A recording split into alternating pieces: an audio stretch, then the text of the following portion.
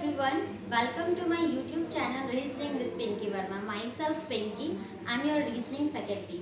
I hope आपकी पढ़ाई बहुत अच्छी चल रही होगी। जैसा कि आपको पता है, हम आजकल जो वीडियो मैं अपलोड कर रही हूँ आपके सामने वो अल्फा न्यूमेरिक से रिलेटेड एक एक कॉन्सेप्ट को क्लियर करती चल रही हूँ। जैसा कि हमने फर्स्ट वीडियो में किया था सिर्फ letter based series, second video में किया था हमने नंबर बेस्ड सीरीज और थर्ड वीडियो में किया था हमने लेटर और डिजिट और नंबर के बीच में डिफरेंस क्या होता है उस चीज़ को समझा था। उसी तरीके से आज के वीडियो में मैं आपके सामने अल्फाबेटिकल न्यूमेरिकल सीरीज से मैं वर्ड और लेटर में डिफरेंस क्या होता है उस पर बेस्ड क्वेश्चन 5 क्वेश्चन आपके सामने लेके आई हूँ। सबसे पहले इसके बीच में डिफरेंस समझते हैं कि लेटर किसे बोलते हैं और वर्ड कैसे बोला जाता है और इनमें वेरिएशन कैसे दिया जाता है, चेंजेस क्या क्या देता है। इस चीज़ को समझने के बाद हम इसमें बेस्ड 5 क्वेश्चन सॉल्व करेंगे। आइए तो देखते हैं फटाफट से। सपोज करो जैसे कि अगर आपके सामने यहाँ पर एक्सप्लेन करती हूँ, जैसे कि आपके सामने यहाँ पर लिखा हुआ हो पेन, मैन, लैन और कैन, ठीक, ये एक सीरीज है।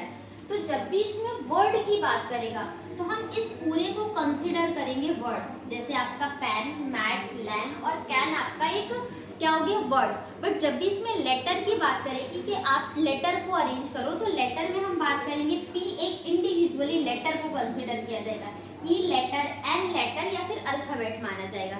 तो दोनों के बीच में डिफरेंस ये है, अगर आपके सामने क्वेश्चन में ये बोला जाता है arrange these word according to alphabetical order या फिर अकॉर्डिंग टू डिक्शनरी ऑर्डर, अगर आपको वर्ड को अरेंज करने के लिए बोला जाए अल्फाबेटिकल और डिक्शनरी में तो सबसे पहले आपका कैन आ जाएगा, क्योंकि सी से स्टार्ट होने वाला आपके डिक्शनरी में स्टार्टिंग में वर्ड दिखेगा जो इसमें प्रेजेंट है उसके अकॉर्डिंग बात की जाती है। सी के बाद आपका मैन दिखेगा, लैन दिखेगा, लैन के बाद मैन और सबसे लास्ट में क्या दिखेगा आपका पेन। तो ये जो हमने अरेंज किया है ये किसके अकॉर्डिंग किया है, we are arranging this word according to alphabetical order में हमने अरेंज किया है। किस वजह से, ये पूरा वर्ड कंसिडर। बट अगर इसी की जगह उसने बोला होता arrange each of the letter within the word according to dictionary order otherwise alphabetical order, that's means यहाँ पर क्या बोल रहा है, आप एक एक लेटर को अरेंज कर रहे हो अकॉर्डिंग टू अल्फाबेटिकल ऑर्डर और डिक्शनरी ऑर्डर में। तो जब लेटर में चेंज करने के लिए बोलेगा तो ये पेन तो अपने फर्स्ट नंबर पे ही रहेगा लेफ्ट राइट से, बट इसमें लेटर कैसे अरेंज हो जाएंगे, ई, एन और पी। ऐसे मैट में ए, एम और टी, लैन में ए, एन, ए, एल और एन, नेक्स्ट हियर ए, सी और एन।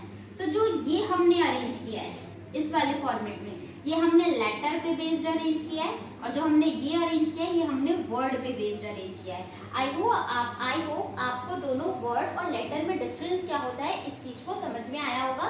इसी पे बेस्ड हम क्वेश्चन करेंगे। आपके सामने ये सीरीज दिया है, इस सीरीज में 3 लेटर से रिलेटेड 6 वर्ड गिवन है, 3 लेटर और जैसे boy, cat, rat, mat, set और पेन ये आपके वर्ड हैं। इसमें बेस देखते हैं क्वेश्चन कैसे पूछे जाते हैं और उसमें क्या क्या वेरिएशन करके देता है। ओके,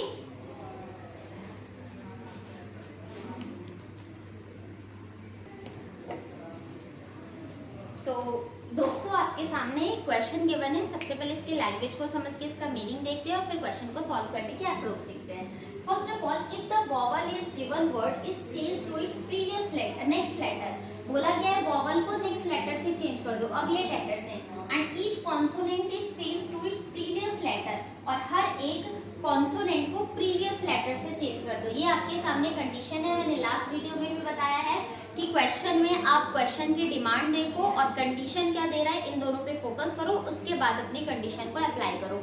यहाँ पर बोला गया है आप वॉवल को नेक्स्ट लेटर से बदलो और कॉन्सोनेंट को प्रीवियस लेटर से बदल दो। ऐसा करने के बाद क्वेश्चन की डिमांड है किसके अकॉर्डिंग बदलना है, अकॉर्डिंग टू अल्फाबेटिकल ऑर्डर। जैसे आपकी ABCD की सीरीज होती है, ABCD का सीक्वेंस होता है, उसी फॉर्मेट में आपको इसको चेंज करना है। After that in how many words there are repeated letter, question में ये बताना है ऐसे कितने वर्ड फ्रेम होते हैं जिसमें लेटर रिपीट हो रहे हैं। इसीलिए मैंने स्टार्टिंग में लेटर और वर्ड के बीच का डिफरेंस बताया था, उसने वैसा पूछा ऐसे कितने वर्ड्स है जिसमें लेटर रिपीट हो रहे हैं। तो आओ कंडीशन को अप्लाई करते हैं और फिर फटाफट से चेक करते हैं। बी का कॉन्सोनेंट है तो कॉन्सोनेंट को प्रीवियस लेटर से ए, ओ को नेक्स्ट लेटर से बी, इसका एक्स। सी का प्रीवियस लेटर हो जाएगा बी, ए का नेक्स्ट लेटर हो जाएगा बी, टी का प्रीवियस लेटर हो जाएगा एस, आर का प्रीवियस हो जाएगा क्यू, ए का बी, टी का एस, एम का प्रीवियस हो जाएगा एल, ए का बी, टी का एस, एस का प्रीवियस हो जाएगा आर, आई का जे, टी का एस, पी का प्रीवियस हो जाएगा ओ, ई का नेक्स्ट लेटर हो जाएगा क्योंकि वॉवल है तो एफ, और एन का प्रीवियस हो जाएगा एम। ऐसा करने के बाद how many words are repeated, how many words are there in which letters are repeated, वो वर्ड बता दिए जिसमें लेटर रिपीट हो रहा है। तो देखो इसमें तो एक भी लेटर रिपीट नहीं हो रहा, इसमें लेटर रिपीट हो रहा है, इसमें भी रिपीट नहीं है, इसमें भी नहीं है, इसमें भी नहीं है, इसमें भी नहीं है। तो इसका करेक्ट आंसर क्या हो जाएगा 1। हमारे पास एक इकलौता ऐसा वर्ड है जिसमें लेटर रिपीट हो रहा है। आई होप आपको ये क्वेश्चन समझ में आया होगा। आइए चलते हैं नेक्स्ट क्वेश्चन की तरफ।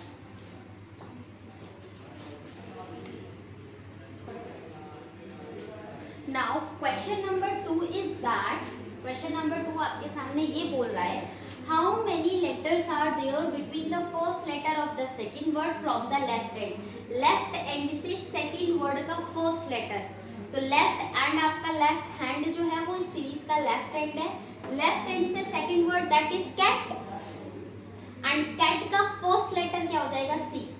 Got it. लैंग्वेज का खेल है, लैंग्वेज को ध्यान से पढ़ोगे तो इतना टाइम नहीं लगेगा, मुझे एक्सप्लेन करने में टाइम लग रहा होगा।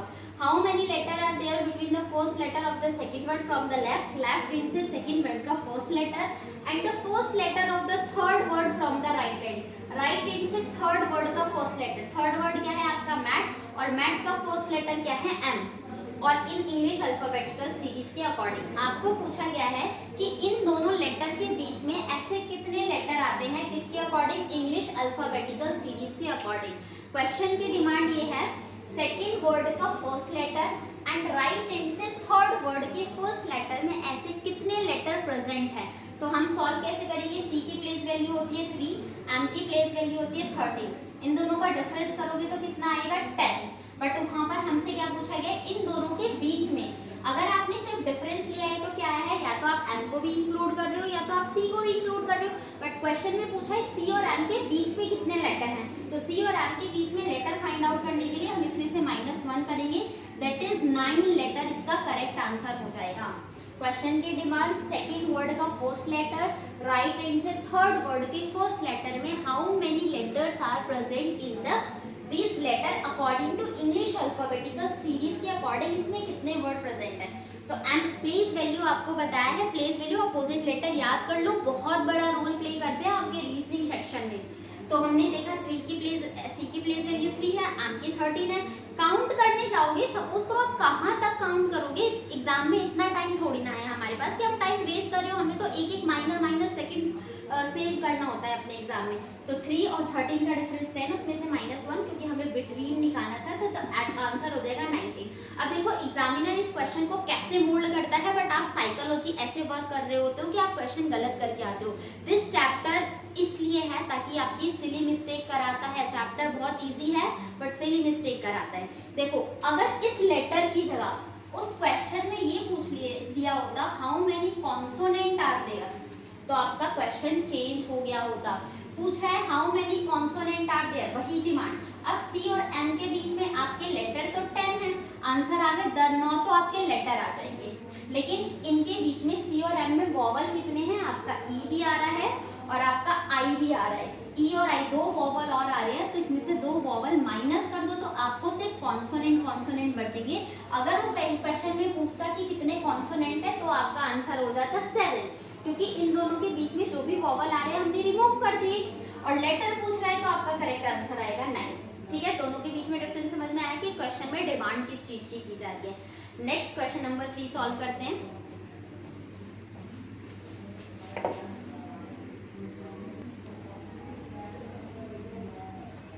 देखो क्वेश्चन नंबर 3 है if the words are arrange according to English dictionary order from left to right.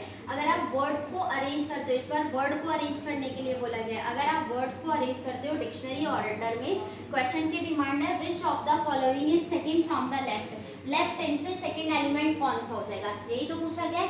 तो आपको क्या आप सारे वर्ड्स को अरेंज करोगे फिर आंसर बताने जाओगे, नहीं, हम ऐसा नहीं करेंगे, क्यों? क्योंकि लेफ्ट हैंड से सेकंड वर्ड। फटाफट से देख लो इंग्लिश ऑर्डर में, डिक्शनरी ऑर्डर में जब हम अरेंज करते हैं तो सेकंड वर्ड कौन सा आ रहा है लेफ्ट हैंड से? सब सीरीज में सबको अरेंज करने की नो रिक्वायरमेंट। तो सबसे पहले इनमें से वर्ड कौन से स्टार्ट से होगा? फर्स्ट लेटर पे फोकस करेंगे। डिक्शनरी ऑर्डर में फर्स्ट लेटर से हम ये आइडेंटिफाई कर लेते हैं कि डिक्शनरी ऑर्डर में अरेंज करना है तो फर्स्ट लेटर से हम पता लगा लेते हैं। तो देखो सबसे पहले वर्ड तो बी से स्टार्ट होने वाला होगा, सेकंड वर्ड आपका सी से स्टार्ट होने वाला होगा, तो और थर्ड वर्ड आपका किससे स्टार्ट हो जाएगा?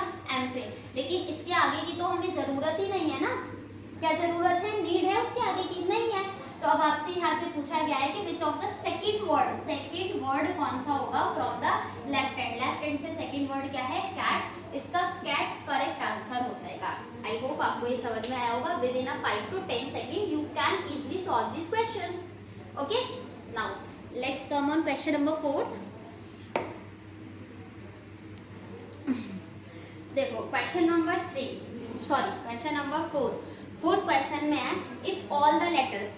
प्रीवियस क्वेश्चन में क्या था? If all the words are arrange. यहाँ पर गिवन है specially if all the letters in each word are arrange according to English alphabetical series from left to right. Left to right में आप हर एक letter को अरेंज कर रहे हो, हर एक वर्ड के लेटर को अरेंज कर रहे हो अल्फाबेटिकल सीरीज में। तो ऐसे कितने वर्ड्स हैं जो मीनिंगफुल वर्ड बनाते हैं, जिसका कुछ शब्द अर्थ होता है, उस शब्द का कोई मतलब निकलता हो, वो वर्ड फाइंड आउट करना है। तो बॉय में सबसे पहला लेटर बी, फिर ओ, फिर वाई, ये तो ऐसे ही अरेंज रहेगा। कैट में सबसे पहले ए आ जाएगा, फिर सी और टी। रैट में सबसे पहले ए आर टी, इसमें ए एम टी, यहाँ पर आई एस टी, यहाँ पर ई एन और टी। ठीक, लेटर को हमने अरेंज कर दिया।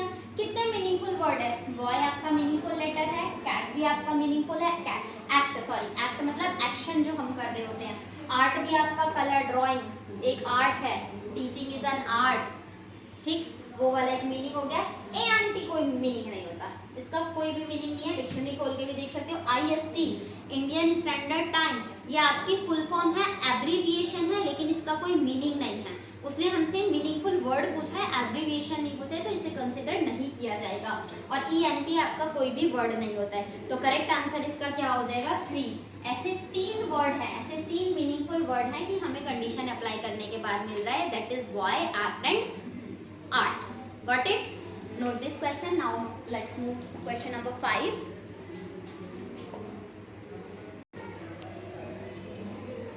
Now let's come on the question number 5. Question number 5 आपका क्या बोलता है? If the first letter is interchanged with the third letter within the word, आप हर एक वर्ड को फर्स्ट और थर्ड लेटर को इंटरचेंज कर देते हो, then how many words are start with vowel? तो ऐसे कितने वर्ड्स हैं जो वॉवल से स्टार्ट होते हैं? ठीक है, आइए देखते हैं। इसका मतलब ये कहना चाह रहा है, अगर आपका RAT रैट है तो आप फर्स्ट लेटर को थर्ड लेटर से बदल दो और थर्ड लेटर को फर्स्ट लेटर से इंटरचेंज कर दो, एक दूसरे की जगह पे प्लेस कर दो। तो ऐसे कितने वर्ड हैं जो कि वॉवल से स्टार्ट हो रहे हैं? तो यहाँ से आपने क्या कंक्लूजन निकाला कि अगर लास्ट लेटर आपका वॉवल होगा तभी तो हमारा कोई वर्ड वॉवल से स्टार्ट होगा। हमें पूरी कंडीशन अप्लाई नहीं करनी होती है दोस्तों। मैंने आपको बार बार बोला है कि जैसी कंडीशन गिवन है, जो क्वेश्चन की डिमांड है, उसी के अकॉर्डिंग हम अपने क्वेश्चन का आंसर दे रहे होते हैं। जैसे कि इसमें हमने, अगर जब हम फर्स्ट और थर्ड को इंटरचेंज कर रहे हैं तो लास्ट लेटर ही तो फर्स्ट पर आ रहा है। इसका मतलब अगर लास्ट लेटर हमारा वॉवल है तो हमारा वर्ड भी वॉवल से स्टार्ट हो रहा होगा। तो अब सीरीज में चेक करो लास्ट लेटर में कहाँ पर वॉवल प्रेजेंट है। वाई वॉवल नहीं, टी वॉवल नहीं, टी वॉवल नहीं, टी वॉवल नहीं, टी वॉवल नहीं, एन वॉवल नहीं। तो एक भी ऐसा वर्ड नहीं होगा हमारे पूरे क्वेश्चंस में जो कि वॉवल से स्टार्ट हो रहा हो। तो इसका करेक्ट आंसर आपका स्टूडेंट्स हो जाएगा नन। ठीक है, ऐसा एक भी वर्ड हमें नहीं मिल रहा है जो वॉवल से स्टार्ट हो, that is answer of this question is none.